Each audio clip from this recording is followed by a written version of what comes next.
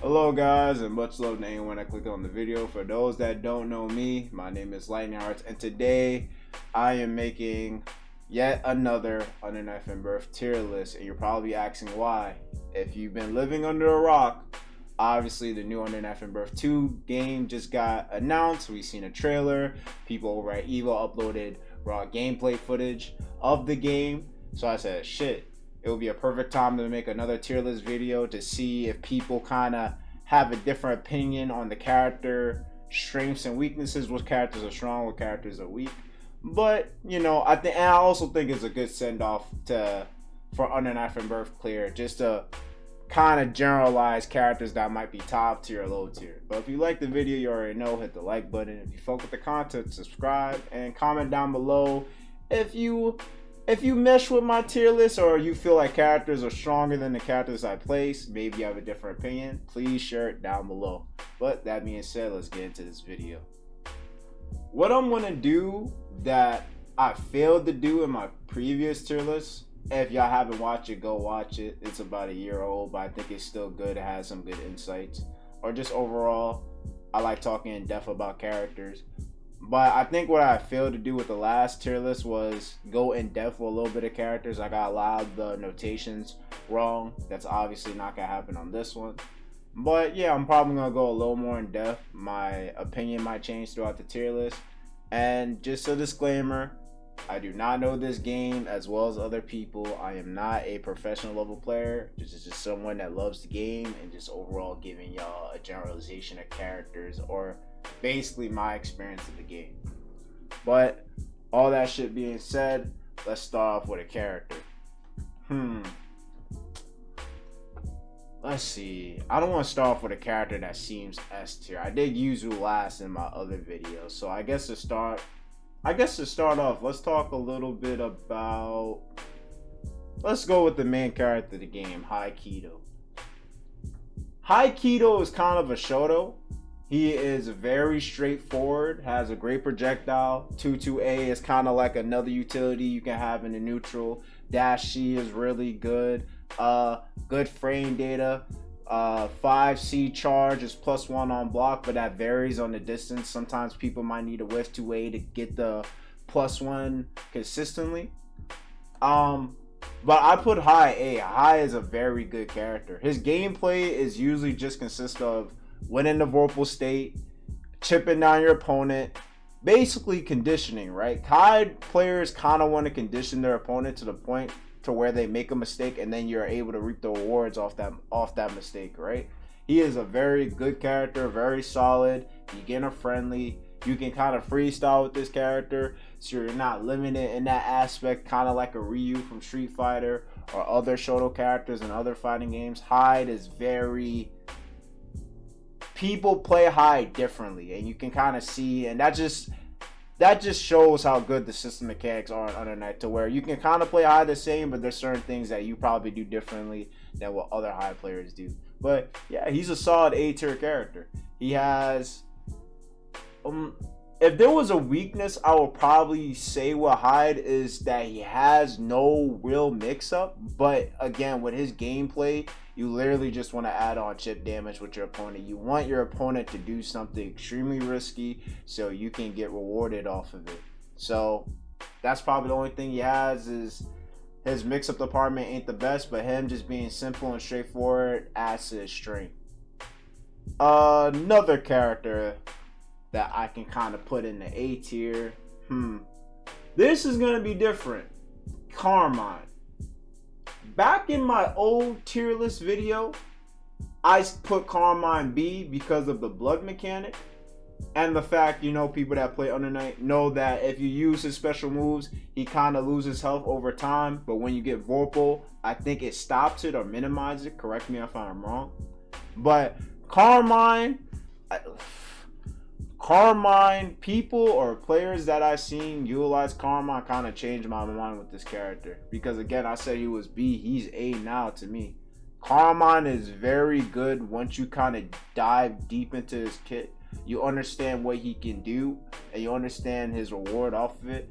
A lot of advanced CARMINE players, they do a little setup with the fuzzy block. His command grab is able to give him back some of his health as well as his regular grab.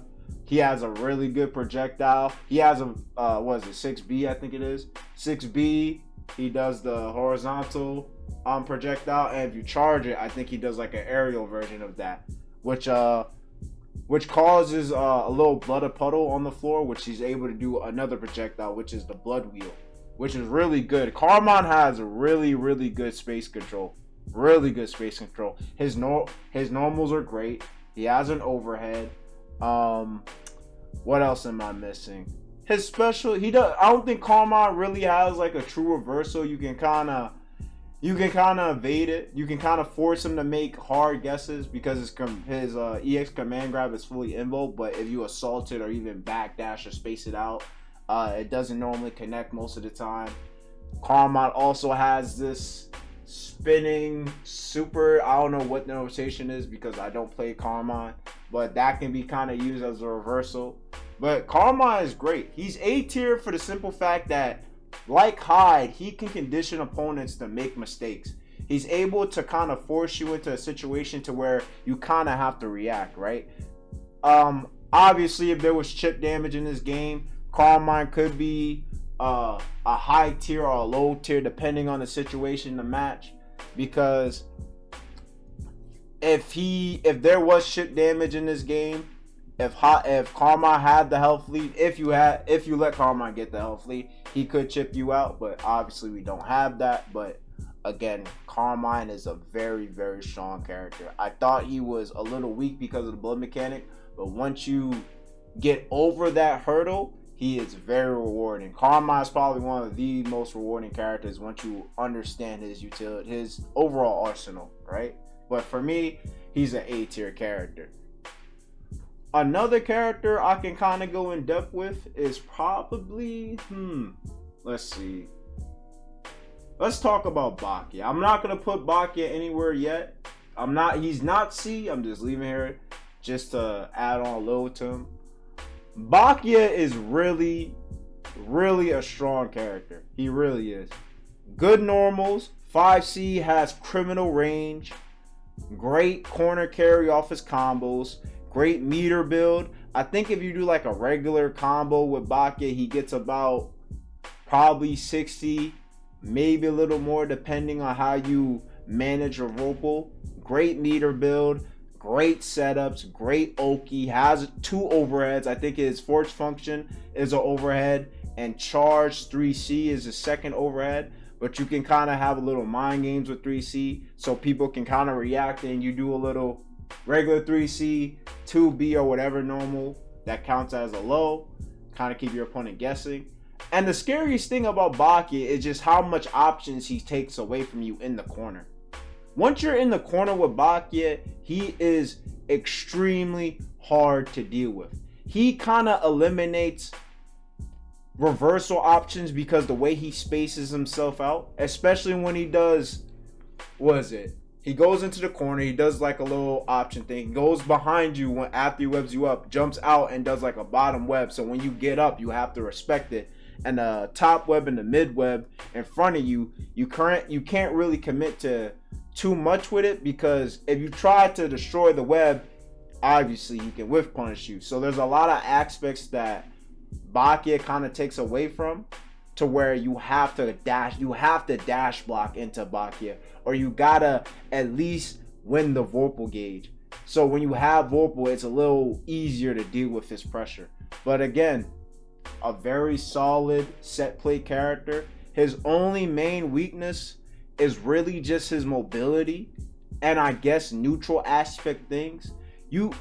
And the funny thing about BYAKUYA is when people do stuff like 214, which kind of has a built-in momentum with it because he's able to jump over things. So if you do, I think like 214C, he's able to go a little bit further. I think B version is kind of like higher, correct me if I'm wrong, but he's able to use the momentum off of 214 to kind of ignore certain things in the neutral. So he can kind of evade projectiles. You can't really zone that much. You can zone a BYAKUYA, but he has kind of tools to deal with it.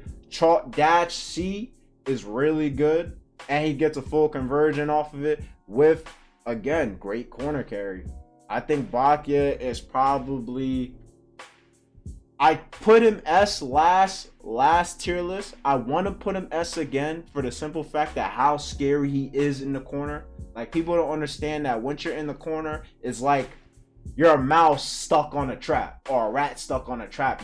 You can't do nothing unless you know the matchup, or you know there's certain things that you're able to kind of like basically like bulldozer through. And again, his webs aren't completely active. It's like, I think you get interrupted once he sets it up. It's not completely that active as soon as he sets it up, so you can kind of interrupt him a little bit. But again, I would say Byakuya is S tier off the fact that the reward and the amount of options he restricts once you get him in the corner makes him a really good character.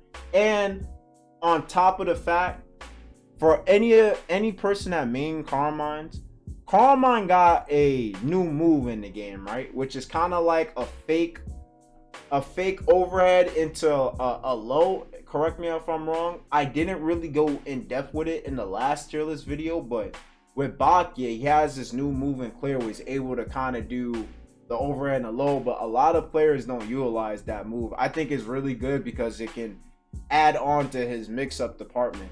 Like, and on the fact that once you do those new moves, he has a web in front of him, so it's kind of safe. I don't know. I'm not a Byakuya main. It could probably be worse or bad from what I've seen, but it's another utility that players don't use, and I feel like it could be strong for a character like Byakuya. So for me, like the last video, I think he's an S tier character off the fact that he can eliminate your options and relatively keep you guessing and kind of keep you conditioned, right? Another character I really want to go in depth with is NANASE. NANASE to me is really slept on. To be quite frank with y'all, I want to put NANASE kind of S, but I know she's not S because she has problems. But I want to put NANASE A, and let me tell you my reasons. I've been playing Under Night for a while. I always looked at NANASE. I was like, you know what? This character looks cool. I like her combo routes. Let me pick her up. I picked up NANASE. I kind of played with her a little bit. I kind of labbed some things she has. NANASE's force function, the little float she does, enables her to do different mix outside of what other characters can do. So let's say, for example, right? There's something I found in the lab, and people can test this out. If you do 214A, right? Since 214A is a little, I guess, tornado backspin she does, it has a property of where it pulls you out the corner. So if you have Vorpal, you can use 214 to pull you out the corner and kind of go for a fake cross up. But the thing about it is, if you have float, or if you use her focus function after you do JB, you can go on the opposite side and do JBB and kind of do a little instances or a little mix. NANASE has a lot of mix, or a lot of untapped potential. I don't really want to say untapped potential because I feel like people know NANASE is good. It's just that no one really showcases her on that level. You understand what I'm saying? Like, she is a really strong character. The only problem that NANASE has is she has to set up her projectile. 236A goes forward, 236B goes underneath. So normally what NANASE players would do is they would do J236B to underneath to go grounded, and then they will use the FF, which is the float, and do 236A, which is the air version, to kind of cover two angles of the mid screen, right? But again, if she's dealing with characters kind of like Chaos or kind of like Hilda, to where she can shut herself down, because she can't really do projectiles grounded unless you do like a little jump cancel.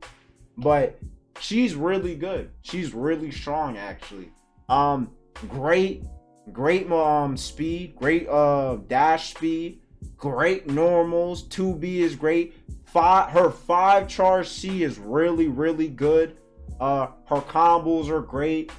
The fact that she's able to kind of do like meaty setups and able to mix you crazy. Let's say, for example, right? If you do dash C with NANASE, dash C or dash B, you're able to FF out of it to kind of go for an instant assault. So she has things to where she can keep you guessing. She's overall a very unique and stylish and versatile character. It depends how players want to utilize her, but she is, when I tell you she is very strong, she is very strong. Don't let people downplay NANASE. NANASE is a really, really good character. It's just people gotta show her potential more. The only weakness that she has is that there's certain things that she can't combat mid-screen. Even with 236A or B, where she does a little drill forward move, that move in itself I feel is a little bit risky. The 236C version goes through projectiles, so it's really good if you can react to projectiles going to the screen. So she has a little bit of mind games, but again, depending on certain characters, let's say for example, if Carmine was to zone out NANASE, since Carmine 6B has little recovery, she can't really get a punish off of it. Certain characters can contest her better in the mid screen, so her getting started on certain things, it requires space basically. But that being said, NANASE is still a phenomenal character. She's really, really good. People do not sleep on this character, especially with the new Under Knife and 2 game coming out, with the new move she has, the million dish shit she got. That can be very scary for her mix-up potential. So please look out for NANASE in Under Knife and Birth 2. And overall, just lab this character if you're still playing Under Knife and Birth Clear, because she is really, really good. Another character I can talk about. I'll talk about ENKIDU a little bit. ENKIDU is a very rare or special case to talk about because ENKIDU has a lot of good things, but again, a lot of characters kind of do his job better. Not his job. ENKIDU kind of feels like a counterplay character because he benefits a lot off of counter hits. His counter hit stuns are ridiculous. 4C, fantastic move for stopping assaults. 236A or B really can stop assaults. Like ENKIDU is very good at stopping like air momentum. Like he's really, really good. His force function is basically an anti-air. Again, 4C, basically an anti-air. 236A stops assaults. Like he's really good. ENKIDU is one of those characters that you can incorporate mind games with. His if you hold 3C, he can go under projectiles, and you can counter cancel with FF and 22A, which is his stomp. And I think if you do 22C plus on block, continue your pressure. The only weakness I can probably say ENKIDU has is that he is somewhat honest. ENKIDU is somewhat honest. The only overhead he really has is his 6 charge C, I think it is, which he does a little leg up knockdown, and 5 charge C. But 5C charge, you can kind of leave it safe if you do the follow, which is CC, and you can also keep your pressure going again with 22C. So he has mix-ups, but again, I feel like he doesn't get that much shine because he's kind of honest in a sense. He's very good at punishment. If I was to describe ENKIDU is kind of like, I don't want to say Kazuya from Tekken, but he really shines when you know there's certain things that are not true. You know, if you're a reactionary player, his kit really benefits, and the amount of damage he gets off these counter hits is ridiculous. ENKIDU is actually a really good character, but I'm gonna leave him be because I feel like he's a little too honest, and it's hard for people to really condition with ENKIDU because a lot of his how should I say, a lot of his momentum is based off of if I can get a proper punish off of you, if that makes sense. His counter is really good, but if you're a player that knows the matchup, you can literally just grab ENKIDU to death.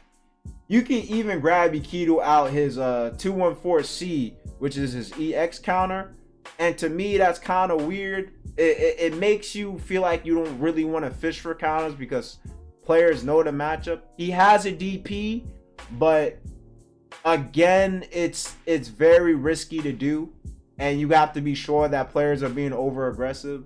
But for me, I think ENKIDU is B. I think he's the top of B, honestly. He's not that much different from my old tier list, but again, ENKIDU is a solid character. You just need to be patient and understand certain matchups to where you can really shine with his arsenal, because again, the counter hit game he has is kind of ridiculous, and he can stop a lot of air mobility. He's probably one of the best counters to Seth, because again, Seth is all about air mobility, and he can kind of be like, yo, stop, like, you're not going to do this to me. If I react or I know what you're about to do, I can punish you greatly. So ENKIDU, good B tier character. He's overall a great character. Someone else I can talk about, I'll go a little bit more in depth with, I would have to say is LONDREKIA. I'm gonna say this, I want to put LONDREKIA S, but my gut is telling me that he's A, but I want to put him in S. I'm gonna put him in C just so I can share my reasons with y'all. Excuse me. The reason why I want to put LONDREKIA S is a simple fact that a lot of people did not utilize his character in the beginning, and I feel like he has a lot of great things in his kit that people are kind of undermining. His rekkas are really obnoxious in the neutral. Apparently, if you whiff some of his rekkas, that's more of a mix than you really committed to his rekkas, if that makes sense. So if you do something on a as far as 236, or what is it? His rekkas is 236 is projectile. If you do 214, let's say I whiff 214B, I can either go into 214C overhead or just do it regularly, and or I can do 214A, which is kind of like a low, right? The amount of speed he gets off his rekkas makes it more of a mix-up tool than you committing to just overhead, low, overhead. Like, he's very annoying in the neutral. Again, let's talk about his normals. 5BB, it's really good. Gets a full, I guess, I don't even want to call it a lunge, but if you do 5BB, right, you can basically lunge your opponent fully mid-screen into the opposite side and get a combo up and get a follow-up over on that, right? So you would do something like 5BB, charge 214B, and kind of go for any combo route that y'all choose. And I guess this is the one thing that players fail to speak about when it comes to LONDREKIA. He by far has the best corner carry in the game. I don't want to hear anybody say anything different. LONDREKIA is one of the only characters, LONDREKIA, Yuzu, BYAKUYA, and who else probably has a good corner carry? I think those are the only three characters that have an insane corner carry. Or just being able to get one person from the opposite side of the corner to the end of the other corner, right? LONDREKIA has the best corner carry in the game. He can get you from one end to the other end and set you up. If LONDREKIA had good setups with 228, which it's kind of real but kind of fake. His 228 ain't really the best, but it gets the job done. But LONDREKIA, best corner combo routes in the game. His 4C, let me talk about 4C. 4C by itself is an ignorant normal. People fail to mention that. 4C is a really, really good normal that he has. Is where he does a little ice pillar and he has like a little step back maneuver with it. So if you do 4C, you step back and it's like a grounded normal. The good thing about it is, which a lot of players don't utilize, which I can understand, because the follow-up to 4C is the overhead. It's kind of slow, but it's good for sneaking it. Like, if players are not aware or players are not looking for it, because a lot of LONDREKIA players don't go for it because it's slow, but it's a great move to sneak in. You can keep it safe if you want to spend a 236C. You can spend meter to keep it safe. Or I think you could do it regularly. Correct me if I'm wrong, but 4C is a really good normal. His 5B is literally ORIE's. LONDREKIA has ORIE's 5B, but his is multi-hitting. So he probably gets better combo routes off of his 5B than ORIE does, which is really good. Like, look at the range of his 5B if y'all play under knife and birth, or if y'all have him. His 5B is actually ridiculous. And again, the fall through he has when he's able to just send you flying in the screen, really, really good. His projectile is great. His 236B projectile, if you get it off, goes through other people's projectile. 214 charge C. His overhead can sometimes go over characters' projectiles. I know it can go over HYDE's, I think LINNE's. The only projectile I don't think he can go over is HILDA and VATISTA, but I know he can go over HYDE's, LINNE's, I think AKATUKI, correct me if I'm wrong, and who else? And PHONON he can go over. He has, LONDREKIA has really good shit in his arsenal. And I want to put him S because there's a lot of things he is strong with, but again, players don't really dive into his utility. But I'm gonna leave him at A because LONDREKIA kind of has problems. His FF, which kind of acts as a DP, you can counter it by just grabbing him if people don't know that. So if he does FF, yo, you can just grab him out of it. That's the punish to that move. Just grab him, get back, you gotta block and shit. His 2-2A, besides 2-2C being like a kind of setup tool, which is the opposite way it throws. It shoots ice pillars or ice spikes behind your opponent. But again, that's only for the corner. You can't really utilize that mid-screen because there's a certain range where players can just backdash and that whole shit's whiff. His IW is really good. It's basically a full screen, kind of like Hilda's, to where you can kind of whiff punish things if you're reactionary. So that's good for kind of closing out rounds. But yeah, LONDREKIA to me is a solid A tier character. He is a very, very strong. Very strong. People need to kind of understand him a little bit more to kind of appreciate what he has, because again, he to me, he's an OD. He's an OD character. Damn, I went into LONDREKIA a lot, but let's continue. Another character I'm gonna speak about a little bit is PHONON. I think I did this character dirty in my last tier list video, and I didn't talk to no PHONON mains. I didn't talk to nobody. It's just me kind of seeing how people utilize PHONON in a weird sense. In my last tier list video, to give y'all some context for people that didn't watch it, I said PHONON was extremely honest, and in some regard she is, but what I failed to mention, or what I failed to realize, was that it's okay to be honest if you are able to condition your opponent heavenly. She is really good on the fact that she can kind of keep her pressure going with, correct me if I'm wrong, 5C charge. She pulls them in, I think it's plus on block. Her bunny hop assault is probably the weakest thing she has, because I don't see a lot of players utilizing it. But again, it's good for kind of conditioning your opponent for them to shield. So if you're doing it to see how your opponent reacts, is good. PHONON is one of those characters where you have to really analyze your opponent to where you can get away with certain things. When she does the little flip up projectile things, I said in my last video was 2-2, which is not, it's something else. But basically she does this little flip up thing, and the EX version is an overhead. That move is bad because certain characters can punish it, and it's overall, it doesn't really have good coverage. Her 2-2C acts as a reversal, which is nice to have. I mean, better to have it than to not have it, right? And overall, her 2-2 normals or specials are good for kind of contesting certain spaces in the match. She's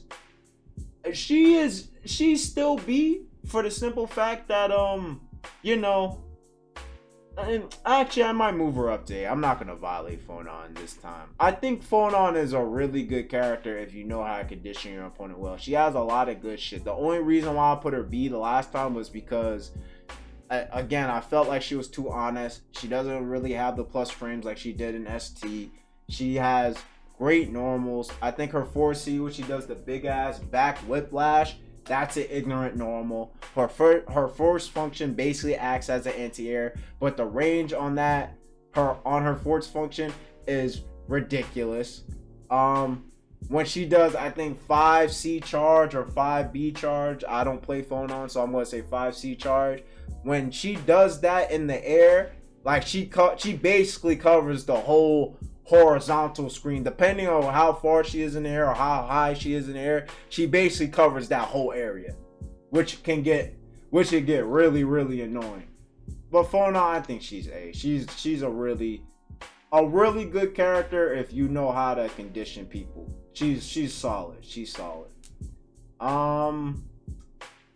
Let me talk about another character. Trying to think of one who I'll say WALDSTEIN. WALDSTEIN is B.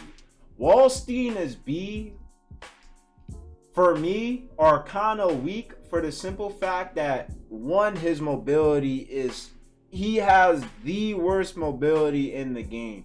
He makes up for it for his good normals, his fast command grab. His FF, I think, is the rock, which is basically a projectile that destroys other projectiles. His 5B destroys projectiles, which is really good. You can't zone him out. But what makes him very weak is he relies heavily on the assault mechanic. That's how you basically move with WALDSTEIN. You gotta assault. And depending on the matchup, from experience, me personally, since I play ORIE, Tartarus 214B basically covers that whole approach that WALDSTEIN has. So depending on the matchup, you feel more limited, even though you have a good projectile and great normals or decent normals. You feel limited because the matchup with WALDSTEIN is basically wait for him to jump. Okay, he's gonna jump high 3C. Oh, he's jumping. ENKIDU's 4C. Oh, he's MERKAVA's JA. Like his matchup is so easy on the fact that, okay, if he jumps, I'm going to kill him for it. And I think that makes WALDSTEIN very weak. But again, he also has a lot of strong shit. His one of his charge special puts him in the corner. He has a command grab, which is really good. Decent damage. I wouldn't say WALDSTEIN. I think WALDSTEIN has good damage, overall above average damage. But he struggles a lot. His frame data, I don't really think is the best either. There's certain things, especially in the MIKA matchup, where he just can't press a button. Where it's like, damn, I really gotta hold things and really wait for me to get started. But again, like his reversals options are really good. 214C, I think, acts as his reversal, and plus he can grab people, get them guessing. But again, like the matchup with WALDSTEIN, everybody and their mom knows it. It's just, yo, wait for him to jump. His dash B is really good, but I think WALDSTEIN is a B tier character. He has his pros, but I think just because he's kind of simplistic on what you have to do to beat him, puts him respectfully in this placement or in this category. I don't think he's that good, but again, you can make him work. And just to say this, even though BYAKUYA's S and all these characters are A and B, by any means are any of these characters whack. It just depends on how you play them. You can win a tournament with WALDSTEIN, you can win a tournament with ENKIDU. It just depends how you play them, how you lab them, and certain things you have to understand within the matchup. Any of these characters can help you win a tournament. You just have to understand the weaknesses and play to their strengths, if that makes sense. Another character I can talk about very in depth. This tier list is a half an hour. I'm not even done with the roster, but I like the fact I'm getting a more in-depth analysis with each character. Let's talk about VATISTA. VATISTA is obviously S tier for more reasons that I can name. VATISTA is one of those characters where she gets Vorpal, she can't get counter hit. So she's kind of good in that department where you really can't get rewarded off of punishing her consistently because, again, she just can't get counter hitted. And I think that's probably the dumbest or probably one of the best Vorpal traits in the game. One probably besides Ednum, but she probably has one of the best vocal traits in the game. Just not being able to get counter hit is insane to me. Great projectile. The gem placement she has can stall neutral extremely, again with the projectile backing her up. VATISTA is one of those characters that her whole kit, like she doesn't really have that much weakness with her kit. And let me go in depth with that, right? Again, the projectile really strong. Gem kind of stalls in neutral. Her DP puts you back into mid-screen. So there's a risk for that. So imagine playing AKATUKI versus VATISTA. You work so hard to get in, but then you misread a situation. You get DP in the face, and now you have to work your way in all over again. VATISTA is really, really, really good. The new move that was added in Clear, which is basically, like I said in the last video, which is basically like a shield. She can negate a lot of shit that you throw at her and kind of answer back with a DP. And you can think of it kind of as like a counter or a parry, basically, right? Her shield is her parry. So she can basically parry shit and then hit you back on whatever. For a zoner character that already has a DP, that already has good setups, that can't get counter hitted, is ridiculous. She is by far an S tier character. I don't care what anybody says. Just reading her paper, she's really good. She kind of has an overhead, but you can only really do the overhead if you're in the air. So you kind of have to do a move like JC and kind of hold the button to do the overhead. But again, with her gen setups, you can do some pretty degenerate shit. Her IW is hella damaging. Just getting hit by that shit alone is crazy. What else? Her dash, she is really good. Her normals are really good. The only weakness I can see with VATISTA is that she has very strict execution. Not a lot of people can play VATISTA, but trust me, if you have the execution, if you want to be an oppressive player or just have an oppressive character, VATISTA is your, like, she's by far, her kit is like almost no weaknesses, in my opinion, in my honest opinion. But VATISTA is really, really good. Is there a weakness I can say before I move on to another character with VATISTA? I'll say that she kind of struggles a little bit against characters that can kind of go over projectiles. So LINNE is probably like a good fit for that. ENKIDU struggles, but KIDDO can kind of work himself in. I think she has to kind of change her gameplay a lot depending on characters, how they interact with her. So, I mean, but that's with any character in the game, really. But yeah, VATISTA, she's S. Well, she's arguably probably the best character in the game. I'm being completely honest with y'all. But that's VATISTA. Another character I can really go in depth with, I would say, is AKATUKI. I played a lot of AKATUKI players. He's really, really, really strong, but I'm gonna have to leave AKATUKI B, unfortunately, and here are my reasons why he's in B tier. AKATUKI is very, how do I say this without sounding, I don't even want to say content. How do I say this? AKATUKI is really good. His mobility is not the best, but again, better than WALDSTEIN. Oh yeah, the one thing I can also add about VATISTA is that she's kind of like AKATUKI, WALDSTEIN, and her, like, and BYAKUYA. Their mobilities ain't the best, but when you got ignorant ass normals, does that really matter? AKATUKI and Clear got a new move, which is his 5C charge, or was it J6C charge or whatever, which is like this huge ass axe kick, which is crazy. Another new move he got was 214A charge, which is kind of like a two-hitting Bitatsu or a two-hitting Tatsu, which is really good for kind of doing corner swipes. So you kind of do like a J move and then grab them, get the side switch. So that's really good. Great projectile, or a good projectile. Can frame trap with dash C, I think 236A projectile. AKATUKI has a regular +1 normal, so Akatsuki, I think, is the only character in this game with proximity normals, which basically means that if I'm at this range, my C normals are going to be different from when I'm close to your face.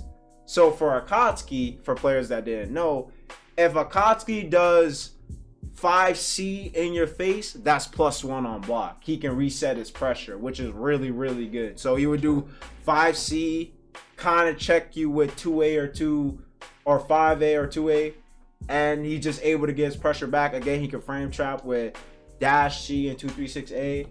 The new move he got, he has like a vertical an air move that can kind of just keep you guessing. His force function acts as a counter, which is really, really, really good. If you do something like MERKAVA does his 236, which is the multi-punch, counter, bink, stupid, go back. But yeah, but the main reason I put him in B is because his matchups, man, his matchups with certain characters is like, bro, it's like he's good, but him getting zoned to death, people kind of having answers to his projectile, you understanding the matchup and knowing how to condition a Akatsuki player is like, I just think he works hard. Akatsuki has a DP, and with the counter, it can kind of be a guessing game on his wake up. With 2-2A, which is his light DP, if you cancel it, it's a special cancel, so you can fake out a DP to kind of steal back your turn. But again, the answer to that is just a regular meaty, since the A version of DPs don't have invo frames with it. So it's kind of like a hard read if they're looking or they're fishing out for the DP. But even then, you can just space that out, right? The best thing about Akatsuki is that he has a double jump function. So with certain matchups, he can jump over certain characters' DPs, right? So I think any character that doesn't have like a back hitting or unorthodox DP, he can jump over it basically. Like he is really good, but I think he's B for the simple fact that he struggles a lot in the mid range. And Under Knife and Birth is mainly, most of the top tiers are dominated by how well they do in neutral or how oppressive they can be in the corner. Akatsuki, he's oppressive in the corner once you get your opponent in there, but the fight towards that is so hard compared to like a BYAKUYA or VATISTA. Like he really struggles a lot in the mid-range game, which is what Under Knife is dominated by, unfortunately. Yeah, another character I can talk about, just to throw him in there. All right, let's get YUZUHIRA out the way, because I don't want YUZUHIRA to be last again. I'm gonna put YUZUHIRA as not C. I just want to leave her there so I can talk about it a little bit. My last video, I kind of did YUZUHIRA dirty. I only went into her negatives and I didn't go into her positives. I'm not gonna do that for this video. The best thing about Yuzu is the fact that her mid-screen presence is really, really oppressive. The fact that she can fake out certain things. For example, right? 236A is her aerial slash, right? Great range. 236B, her regular straightforward slash.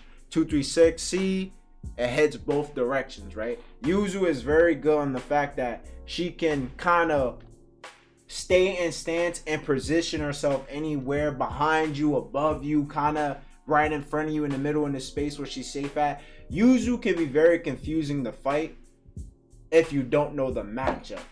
And again, with her great zoning tools, the fact that she can kind of make you guess in neutral and overall just move her placement or just speed across the match, she's good. With the fact that she can combo off of any raw hit she gets from her special normals, great. J214, I think B or A it is +1 on block, so that's a way for her to get in. Her force function basically acts like a medium slash, but it's kind of like coverage in a sense. Most players don't go for that outside of just keeping their opponents guessing. And what else can I say that's a good thing about Yuzu? Her 4B is really good. Some people might argue in Uniclear that her 4B is better than ST because with this version of the game, you could get any, I think you could get any starter, you get a more damaging combo route because you're not restricted to just the, yeah, I countered you, the counter hit stage or whatever. And ST, if you were able, if you did 4B and ST, especially if you got, if your opponent didn't space themselves out correctly, if you did 4B, you get the counter hit animation and you were able to do a combo, right? ST doesn't have, or Clear doesn't have that, so you can get whatever starter you want. But yeah, her 4B is good. Her 5C is good. What other normal? She has great, she can basically act almost as a grappler because her grab is great. She can combo off her grab, which is really good. Her normals are kind of stubby. Her C normals are good, but her 2B, her 2A it gets the job done. It ain't the best. She has a little fake out assault thing with J charge 2C, which can kind of bait out shielding so you can get the grid break. And yeah, like Yuzu is a mid-screen monster. Like she can really like just, she's probably one of the most annoying characters if you don't know the matchup. Her weaknesses, however, is the fact that Yuzu does not have a true reversal, meaning that you have to be dedicated to block. You have to dedicate yourself to blocking, and you have to win the Vorpal gauge. Most players will argue that Yuzu doesn't need to play around Vorpal. I utterly disagree with that, because if you put Yuzu in the corner, it's very hard for her to get out without that mechanic, especially with how guard thrust is in Uniclear. Guard thrust in Uniclear, if you don't have Vorpal, you're missing the Vorpal gauge, or you're missing the Vorpal cycle, and you're losing 100 bars. That is not a sure way of keeping this character alive. As a Yuzu player, you should aim for kind of gaining grid. Most players, like I said, will argue she doesn't need to. I'm saying she does, because the defensive side of her offensive kit is basically non-existent. The next thing that Yuzu lacks is a mix-up, a true mix-up, to be honest with you. The only mix-up Yuzu really has is B teleport into 6C, which kind of like, I basically teleport to your back 6C. If you block it, I'm able to hold a button, do a jump, and kind of keep myself safe. But that's really the only mix-up she has. And outside of tick throw is back teleport 6C, tick throws, and assault and fake assault 2C or J2C. Those are probably the only real mix-ups she has. If you charge her force function, it's unblockable. But again, if you don't have Vorpal, the startup for it is so long, and the recovery for it is so long, that most good Yuzu players don't really go for it unless they know that, okay, I got my opponent to calm down. He's conditioned. I'm not gonna have this character or this player is not gonna do anything. I'm gonna go for it. But again, like, that's one of the major weaknesses she has, is that she has no mix-ups, no reversal. A lot of the matchup that she has is decent, but again, like, the higher you go with Yuzu, the more you can see her problems, as you will. Like, you can have great results with Yuzu, but I feel as a Yuzu player, you have to work a little bit harder, because you don't really have tools outside your slashes to really grant you like an easy victory, if that makes sense, especially against high level players, because they know, and especially since players can bait out teleports. If you do B teleport, you can actually get punished for that. Players are reactionary. So if I go behind you and I press just 5-8, you got hit. Yuzu can't immediately do her dodge mechanic on the startup of her teleports. If she could, however, she would shoot up the tier list, because now there's no real way of punishing her outside, I guess, a grab, if you're really reading the situation. But yeah, I'd say Yuzu is I would say Yuzu's A, because again, she is a mid-screen monster. She really can basically combat a lot of the issues, or a lot of the mid-screen dominance in this game. But again, the fact that she doesn't have a reversal, the fact that she doesn't have mix-up, the fact that you kind of have to play with punish heavy, or you gotta wait for your opponent to do something. Like it all depends, right? But I'm gonna say I'll say Yuzu's A. I'll say Yuzu A. People will say she's top 3. I don't think she's top 3 because of the problems I just said, but I think she's A. I think she's a good character. Another character I'm about to go into. Let's talk about Mika. Mika is very. I play Mika too, so this is gonna be hard to talk about. Mika is a good character, but she has problems where I feel like in Under Knife and Birth 2, hopefully they address it. Because the thing with Mika is, I'm gonna talk about her negatives before I talk about her problems. Let me get her bad stuff out the way first. Mika's normals are hella short, are hella stubby, meaning that there's certain instances where 2B whiffs and situations where you don't, it can't whiff or she'll die. What else? Her normals are stubby. 236A, which is the rocket thrust, which she kind of like when she has her 2 gauntlets in the back and she kind of thrusts forward towards you. If you shield that, you can punish it, which I think is kind of bad because it makes it feel that, like, I'm gonna be completely honest when I say this. 236A ain't really good horizontally. You gotta do it in the air to avoid the projectiles or whatever. But if players shield it or see it, if you can cancel out of 236A, I feel like she would shoot up the tier list because now it's a mind game. It's kind of a mix up. But since you have to kind of commit to it or angle it in a way to where your players are not gonna shield it on reaction, it makes her that hard to utilize that move. On top of the stubby normals, she has a fantastic DP, which covers basically in front of her and above her. Like, her DP is ridiculous. And like, she has great corner carry too. The best thing about Mika is when you get when you're in Vorpal with Mika and you do the command grab, that's like an easy 5k. That's not even you wasting like IW. You just have Vorpal in 100 meters, you can dump 5k on people, which is really, really, really good. Like, she's really damaging if you're able to land that command grab. But the problem with that is that high level players that know that Mika players might fish for it, because the Veil of or the Vorpal state itself is a clear giveaway that, okay, she has this. I know in some point, in some way or form, he's going to do the command grab. But again, it can also play to your benefit because now if people are trying to get out of that situation, you can reward yourself off of it. But Mika, I think Mika is B tier. Like, she has a lot of good things. Like 5 charge C into 2A whiff is +7 or +8 on block, which gives you a dash C, which kind of gives you like a little mix up. You can do dash C, which is the overhead, and dash B, which is the low, which you can do. Her FF charge is another overhead.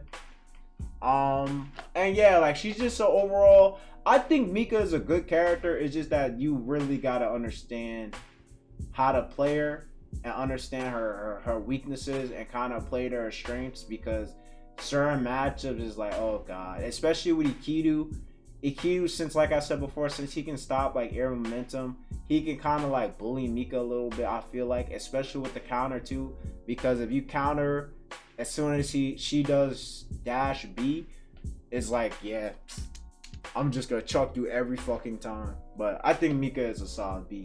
The one thing I can add, the one thing I forgot to mention with Mika is that her 5B charge destroy projectiles, so that's really good. But the recovery on it, the recovery on her 5B charge is kind of long. If you don't hit the projectile, you can't really get a follow-up after it. So for Mika, it's kind of like a high, I wouldn't say a high risk move, but you kind of have to know when to utilize it, if that makes sense. Another character, Seth. Let's talk about my most hated character in Under Knife and Birth. Seth, to me, is probably the biggest, the most annoying fucking character in the game. He is S tier off of, let me actually, before I go into before I get a lot of Seth players aggravated and mad, hear me out. Hear me out. Relax. I know y'all rolling your eyes. You're like lightning hearts.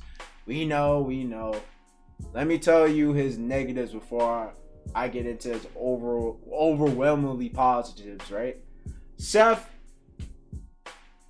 has the low. I think he has the lowest health in the game. His health is dog shit, actually. I think you could 3-touch this character sometimes, 3 or 4 touch or whatever. Like, he has very low health. Another bad thing you can probably count for Seth is that he's very execution heavy. So Seth is one of those characters where you're not going to just hop in with him and learn and have the best results with him, because it's players that are really dedicated to him, that really grant him the results, if that makes sense. You really have to lab this character and find his mix-up. That's probably, he's a very lab heavy character, if that makes sense. You really got to understand this character to a T to really utilize a lot of the bullshit that he has. But once you do, again, you're getting rewarded greatly. Another thing that's a negative with Seth is that, again, like I said earlier, with Underknife and Birth, the top tiers usually dominate, kinda, or a decent or above average character kind of dominates if they're able to have something in the mid screen or a normal that can kind of check people. So again, the same thing with Seth. A lot of the characters that Seth fights, ENKIDU stops air momentum. He basically is one of Seth's worst matchup or annoying matchup. MERKAVA, JA basically covers Seth's whole I guess air mobility. MERKAVA's JA by itself destroys all of Seth's things, so that matchup is annoying. Yuzu's 214 clips him. WALDSTEIN clips him. AKATUKI's FF can counter his dive. Like, Seth players really have to outthink their opponents sometimes. I have to agree, but certain matchups that Seth have, it's kind of annoying for the Seth player. That I can understand. But his positives to me are criminal. Let me go into it. Seth is the fastest character in the game. The fastest character in the game with a command grab that you can combo off of with Vorpal. His EX command grab as Invo, which is really good, on top of him having a DP, or what is it? What's the notation for it? His DP motion, forgive me. His DP motion is his EX, basically his DP. He has a reversal on top of another option to get him out of a situation. Seth's air mobility, when I tell you if you're not playing one of those characters that can deal with it, Seth's matchup is basically you looking at him doing whatever the fuck he wants. On top of the fact of him able to kind of commit to a normal. You think he's gonna land, but then he's able to backdash. The one thing I find Seth strong is the fact that he's able to consistently make you think on top of the orbs.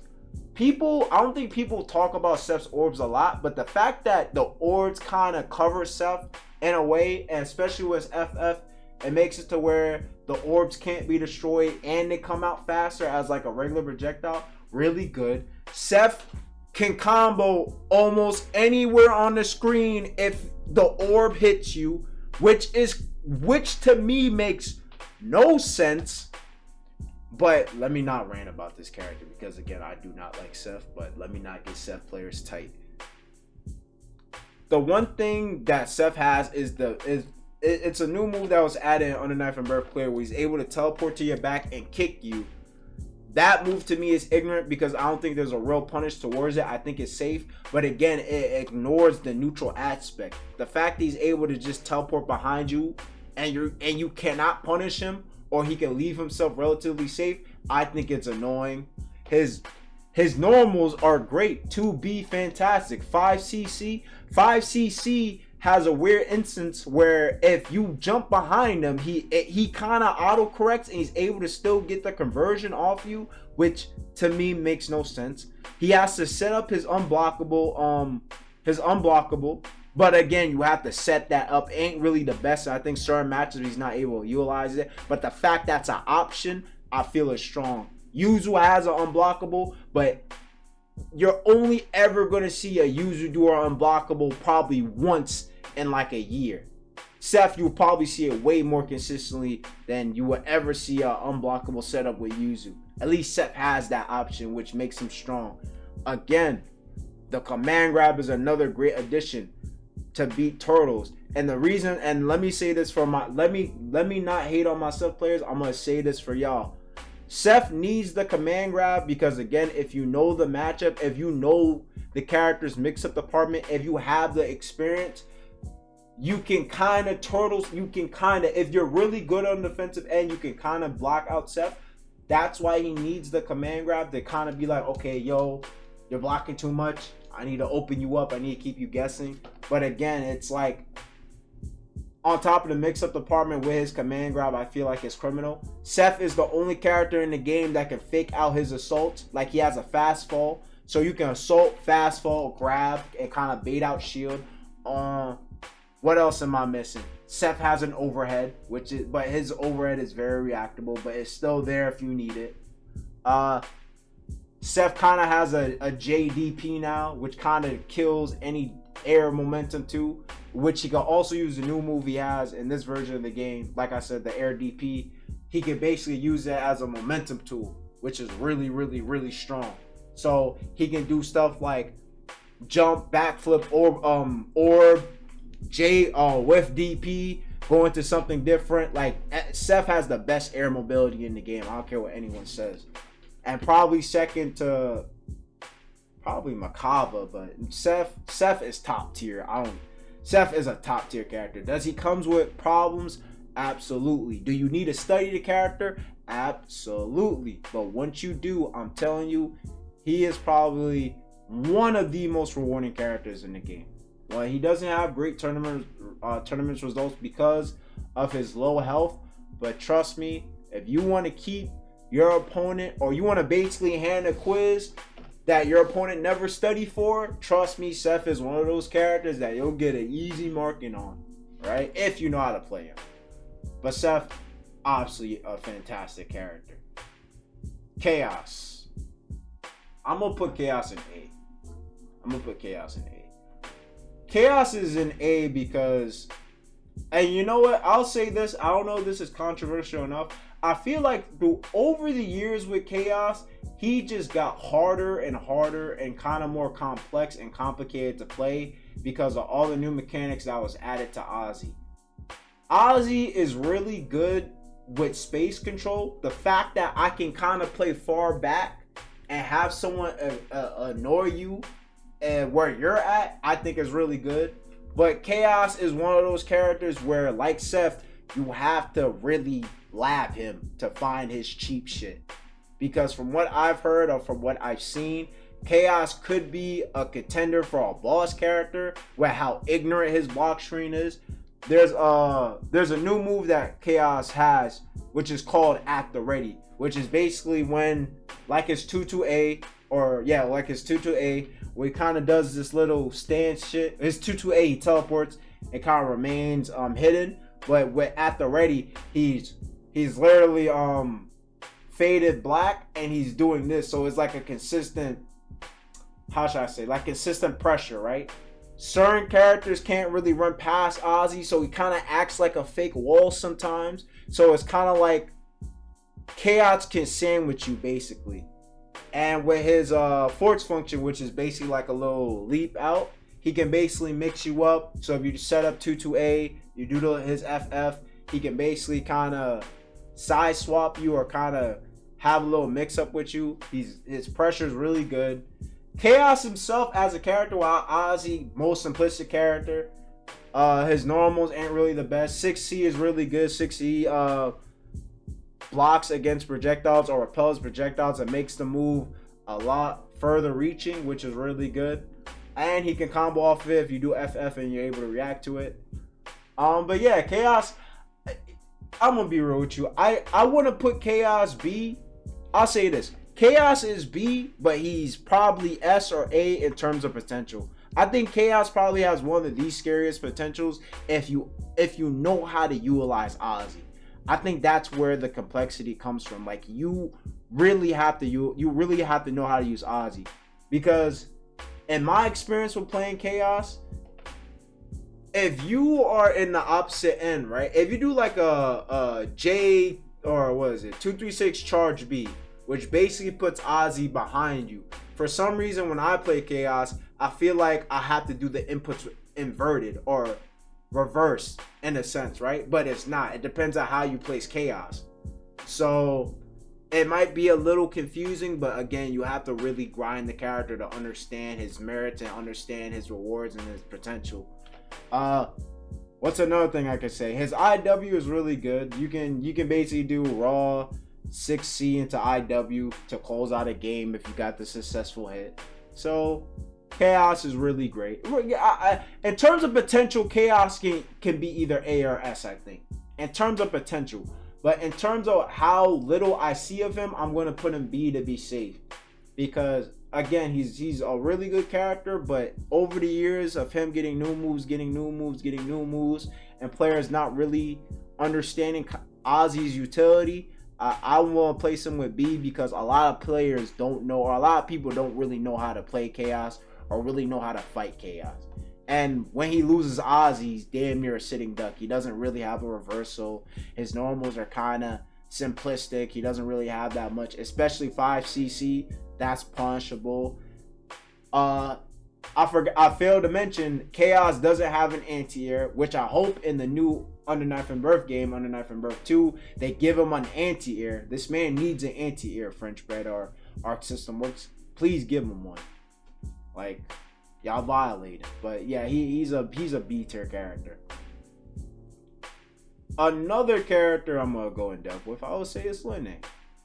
LINNE is probably the closest thing to S tier in my opinion. This list is not ordered by any means, but if I would say a character with real S tier potential is LINNE.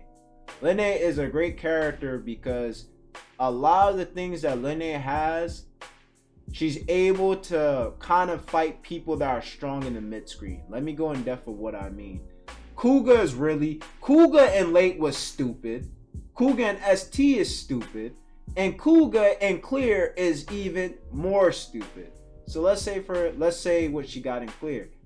In the version of clear, or in this version of the game, she's able to have a follow-up with J Kuga, which is Air Kuga. So she can Air Kuga and assault afterwards, on top of another move, I don't think it's an overhead, which is where she does a slam down with the big sword. So she has a lot more conversions off a raw Kuga hit than she ever did in the previous games, which I think is really good. And as people saw with the Under Knife and 2 trailer, she has another move where she's able to confirm off a raw Kuga hit, so that's gonna make it even more annoying to deal with in the mid screen.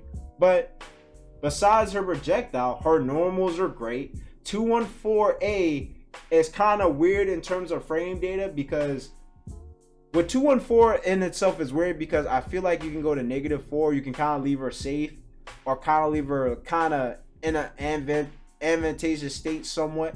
So 214 is kind of weird. I can't really describe it. She has a special move. I forget the notation. Forgive me. She has a special move that's an overhead. But the best thing about her overhead is that if you charge it, it's a low. So it's a guessing game, right? And you would think, since she has an overhead or an animation that goes into an overhead and you can transition into a low, that it would be punishable. No, it can be completely safe if you have meter. So you would do something like EX Kuga, keep yourself safe, set your pressure up again. Her roll is really good for kind of confusing your opponents.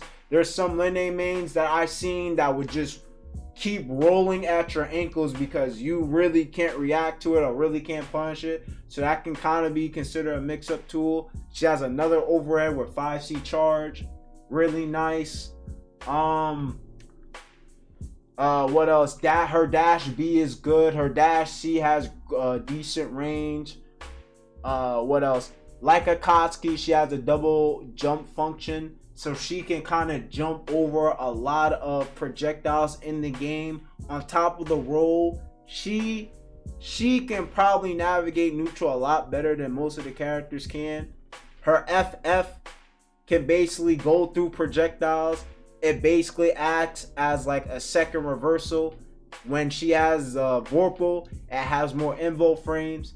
Again, her light DP is EX cancelable, so you can kind of have a mind game to where if people are fishing for the DP, or if someone thinks you're going to DP, you can light DP into EX Kuga, take back your turn, and stuff like that, and just regular DP. Like I said, LINNE is very versatile in the sense of how you can kind of make your opponent think, and she basically has almost great answers or decent answers for certain situations.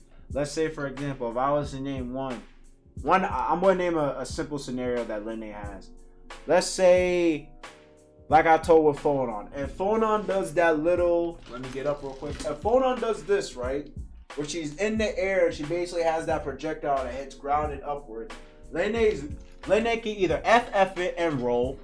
She can either roll by herself, or she can just basically jump over it. That's a matchup specific thing, but LINNE has things to where she has an answer for certain things in the neutral, what makes her really, really good. That's why I'm saying she's probably the closest thing, or one of the characters that it wouldn't be crazy if she's S tier. She's really, really good. Her 5A is great. 6C, her 6C kind of covers her.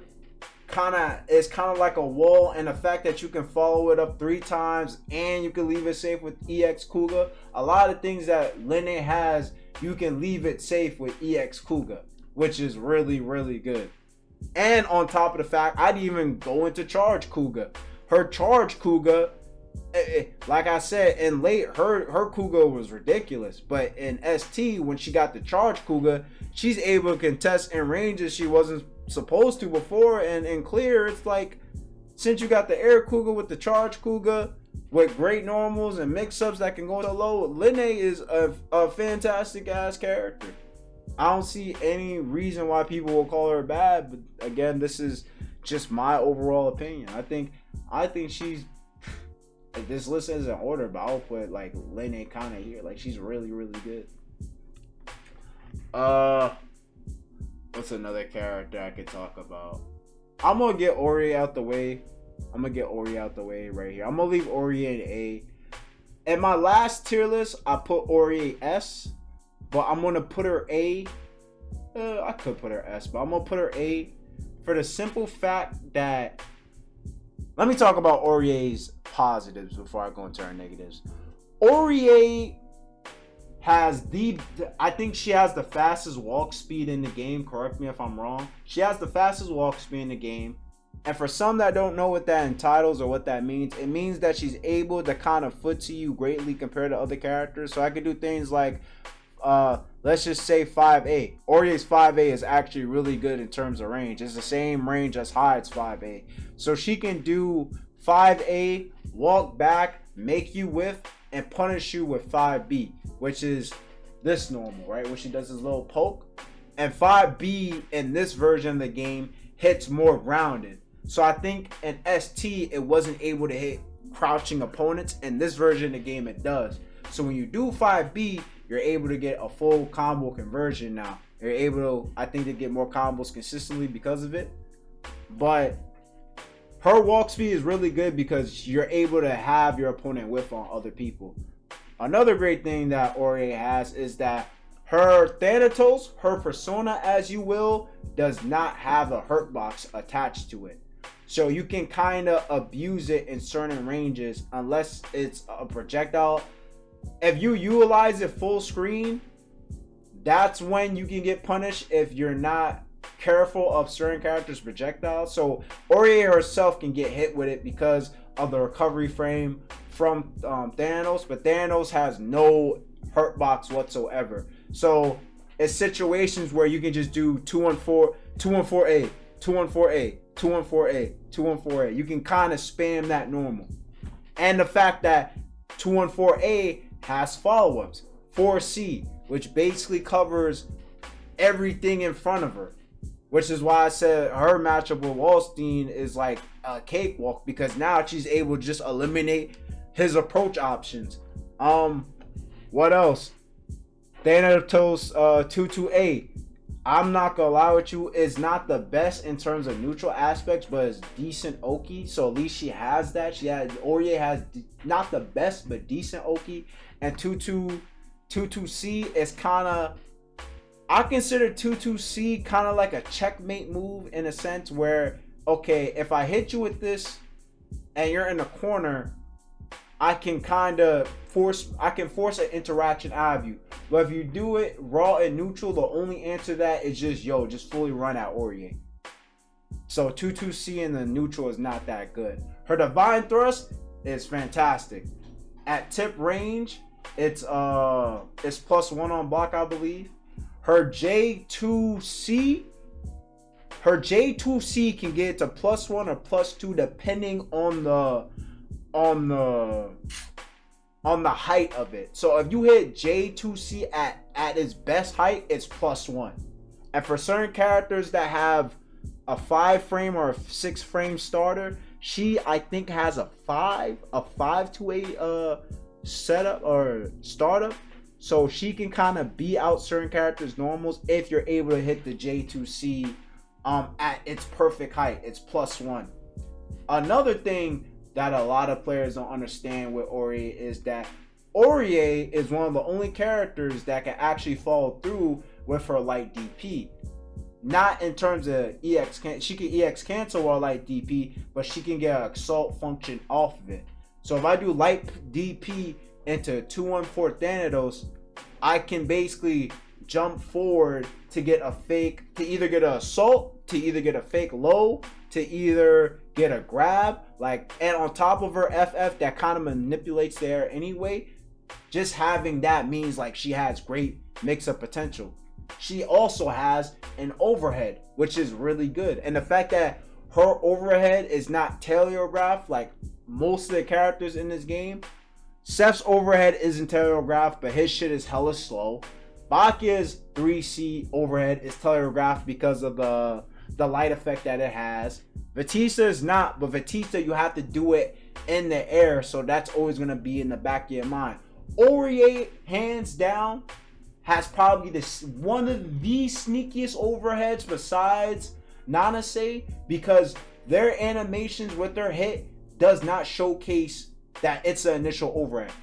Orie's 4C and her 6B kind of make players confused on, yo, what the fuck, what is this?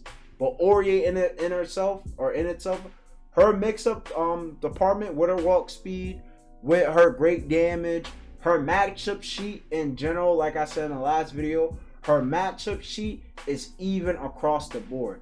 Orie does not have that bad of matchups, which is why I put her in S tier, because the fact that she's able to evenly combat other characters, while other characters have 6'4", or was it 7'3", 6'4", her matchups is always 5'5", at worst 6'4", at worst 6'4". But yeah, her weaknesses is that I guess she has to deal with projectiles a lot. Her backdash is good, don't get me wrong, but sometimes the range that the backdash has, it kind of enables your opponent to retake his turn. So and it takes a lot of grid points away from you when you backdash with Orie, so you have to be mindful of that. People will argue that's a positive. Sometimes it can actually work against you, because again, it's basically like, okay, well, you can have your turn back. If Orie had something like HYDE's backdash, I feel the way she would be played is completely different. But Orie, I think Orie to me S tier, but I'm gonna leave her. There's a lot of A tier characters in the category, but I think that's fine. Let me say this. HILDA. I think HILDA is an S tier character. I think HILDA is S tier. Let me explain why I feel HILDA is an S tier character. HILDA has great normals. Her dash normals are really ignorant. Like I said in the previous tier list, what they did with her in this version of Under Knife and Birth is they reduced a lot of her recovery frames, so a lot of her moves are safer, and it means that she's able to just, okay, I can do this, I can do this, I can do this. She gets rewarded a lot off of stray hits, so she's always going to get a conversion off of something. She has a great Oki, great setups. Her overhead is kind of sneaky in a sense too. Her IW is basically full screen, so if you throw a projectile IW anywhere in the screen, you're gonna get hit with it. What else? And just overall, just good pressure and good setups. She's one of the characters in this game that actually has a true 50-50.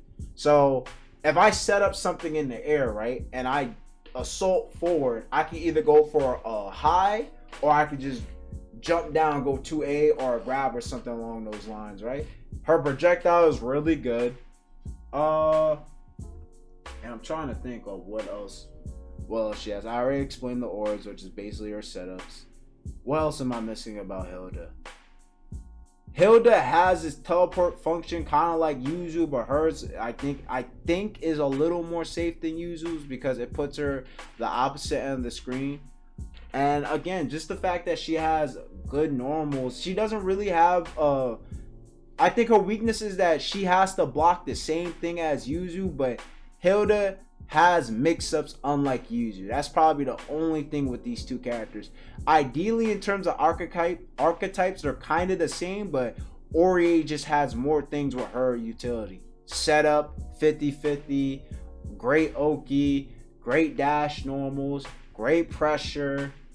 I set projectile, I think. A full screen IW, like Hilda got a lot of good. It's just the fact that she doesn't really have reversal options, but her offensive kit or her kit on the offensive side, I think is really, really good. And most players might get annoyed at fighting Hilda in general, so I think she's a S tier character. Another, wow, I'm down to the 4 characters. These are the least characters I know, so forgive me if you're watching this, you're like, damn, it took him an hour to talk about Gordeau. Well, let's talk about Gordeau since I mentioned him, right? Gordeau, man, I'm gonna leave Gordeau at A. I'm gonna leave Gordeau at A. Let me explain my reasons, right? Gordeau is at A, or people might rank him lower. Let me say this for clearance. I am not a Gordeau main. I have no appeal. I find no appeal with the character. Not to say he's ugly or whatever. It's just me. I didn't really have that much matchup knowledge with Gordeau, so everything I'm about to say about this character is just basically general things. Gordeau has great decent reversals. Grim Reaper, you already know EX version is basically his reversal. 214, which is command grab. EX version, invo frames, he can basically snipe you out of it. 3C, I think at certain ranges is plus on block. I didn't know that. He has very good. He has decent. No, he has good normals. The one thing that makes Gordeau A is, like I said with HYDE and CARMINE, is that if you condition your opponent with Gordeau, that's when he becomes extremely scary with the command grab. I said this in my love-hate tier list. The command grab saves this character a lot. If he did not have the command grab, Gordeau could potentially be one of the worst characters in the game. Potentially be one of the worst. But since he has a way of opening you up, his command grab becomes... Most players, what Gordeau players would do is they would meaty 5A, constantly keep you guessing with the command grab. He has an overhead, but all his overheads are relatively reactable. He has 6B and charge 5C. But the thing is, at least with charge 5C, he can follow up with it, and 6B he can follow up with it. His 236A, which is basically his 2-hitting Grim Reaper attack. And if you commit to the 3rd hit, he does like this fake command grab. But if you shield it, you get punished. If you don't shield it, you're able to tech it. But it's a good way of keeping players kind of guessing.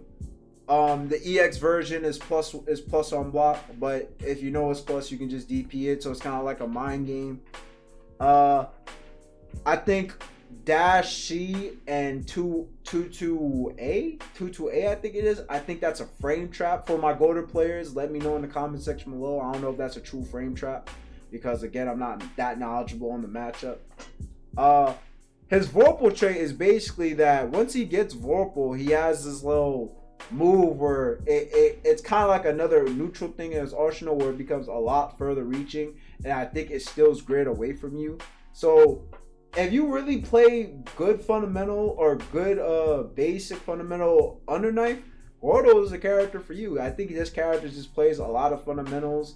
He conditions his opponent. He takes grids. The grid points away from you. If you have Vorpal or Gordeau, he becomes probably the most, I don't want to say scariest character, but you really have to be fearful of his force function. Even though you can duck it, it's just the range that he has with it is crazy.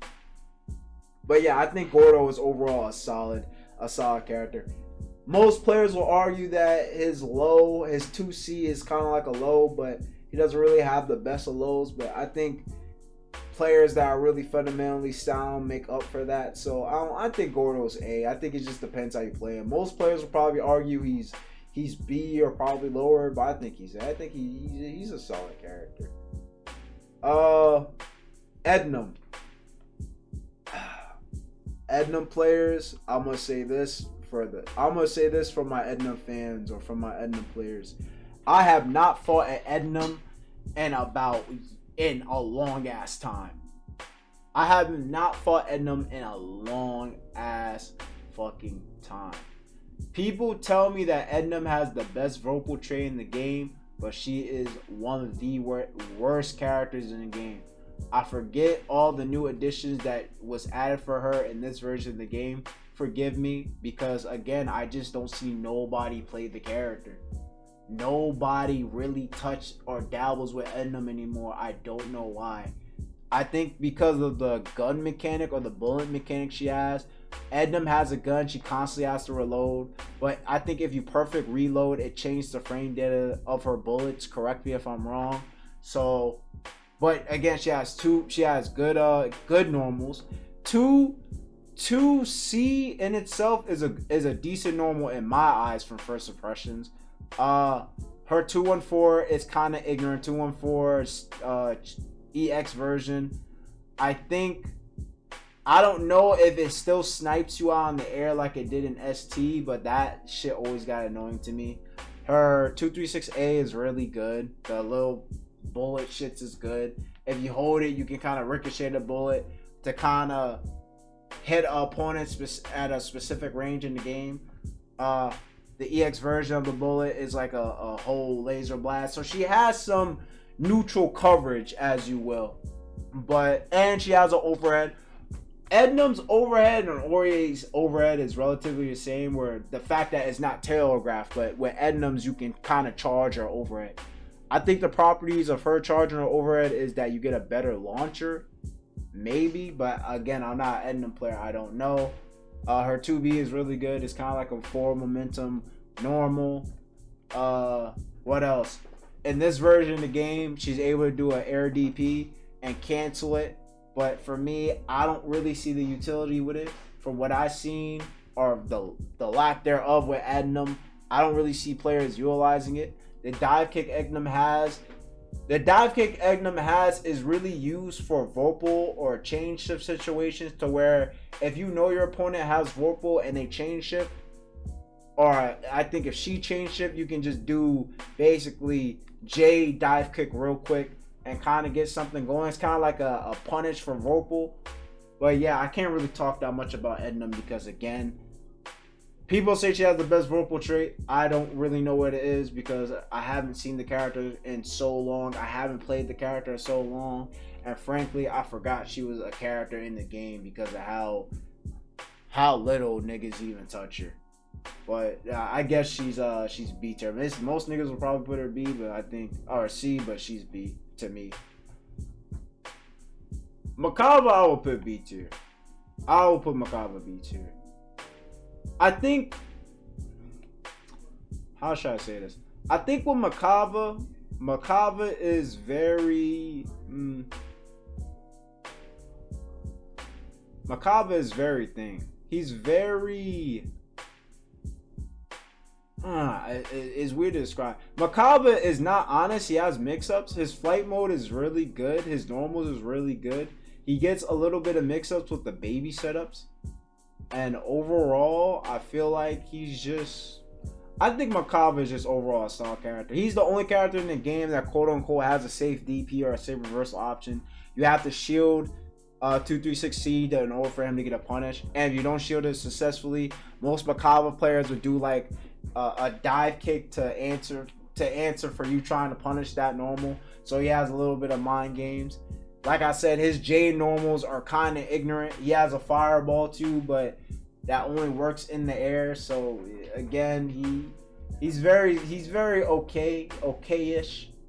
I think he has a multi-hitting grab too. I think you can kind of combo off of it with 214 or with the little arm thing he has.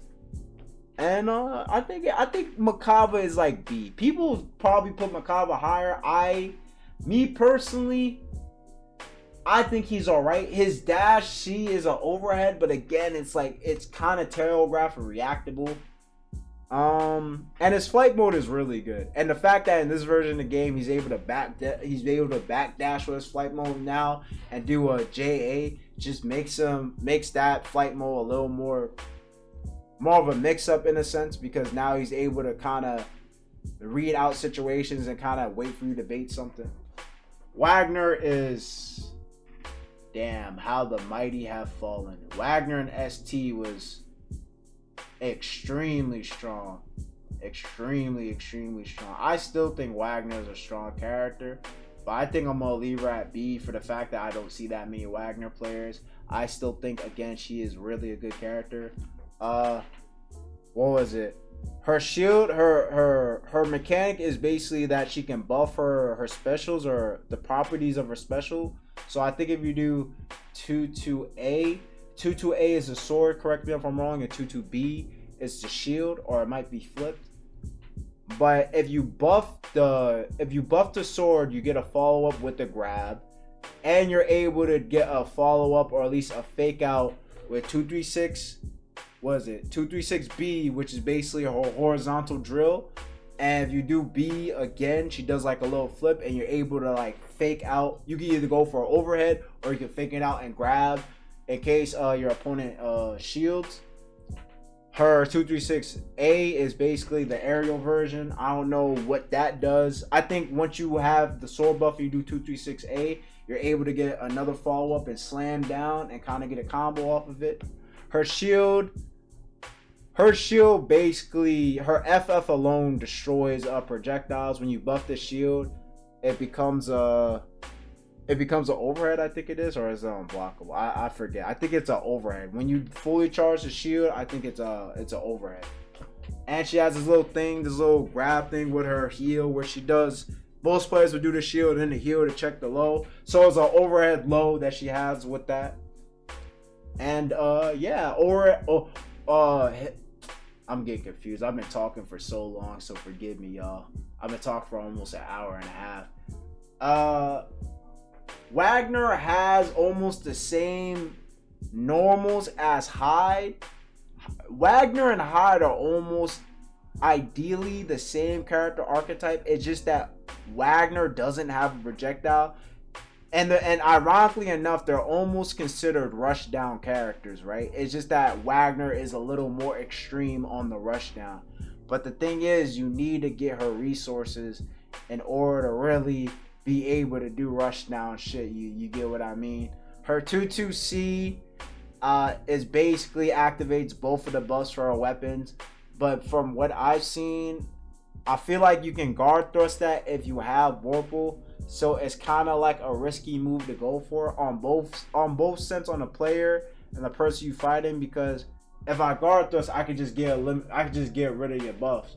But that's if I have Vorpal. If I don't have Vorpal, I'm getting rid of your buff for a grid cycle and at 100 meters. I don't think it's worth it. But if they nerf that, then this character will probably be here and people would just, oh, you did 22C? I'm gonna just guard thrust you every time. And yeah, she has she just has good shit. If you have Vorpal and you do 236B, you can kind of basically do like another overhead attempt, because when you pause or when you do the veil off state, you can pause and basically go for a sneaky JA. So I think that's really good. And what else am I forgetting about Wagner? Yeah, I think I covered everything. I mean, her weaknesses is just really her projectile. I think they nerfed a lot of the shield aspects. It doesn't really go through projectiles that much anymore. And again, she's one of the characters that have great corner carry too. I failed to mention that because I have not seen a Wagner player in a mad long in the space of Under Knife and Birth Clear online, but she's one of the characters with the best corner carry in the game. So she's really strong in that department. And the fact that she just plays fundamental uni, I think that could shoot her up in the tier list too. You just gotta play a lot of fundamentals with Wagner, to be quite honest with you. But I don't think she is a bad character at all. I think B is a relatively safe place to put her in, but I might be wrong. But again, that's fine. But leave it down in the comments if you think Wagner should be higher. But yeah, that concludes my tier list. Again, this video is way longer than what it was in my previous one, but I really wanted to go more in depth with each of the characters as a final send off to Under Knife and Birth Clear. If y'all like the video, please leave a like. If y'all fuck with the content, subscribe. I mainly do Under Knife and Birth content, so I'm only here to just promote this game. And overall, just leave a comment down below if y'all fuck with my tier list. If there's things y'all disagree with, interact with me in the comment section down below. But again, I appreciate y'all for watching this. It's obviously going to be a timestamp in the video at the end, so y'all can see the respective characters that y'all want to hear about. But at the end of the day, thank y'all for watching, and take care, y'all. Till the next one.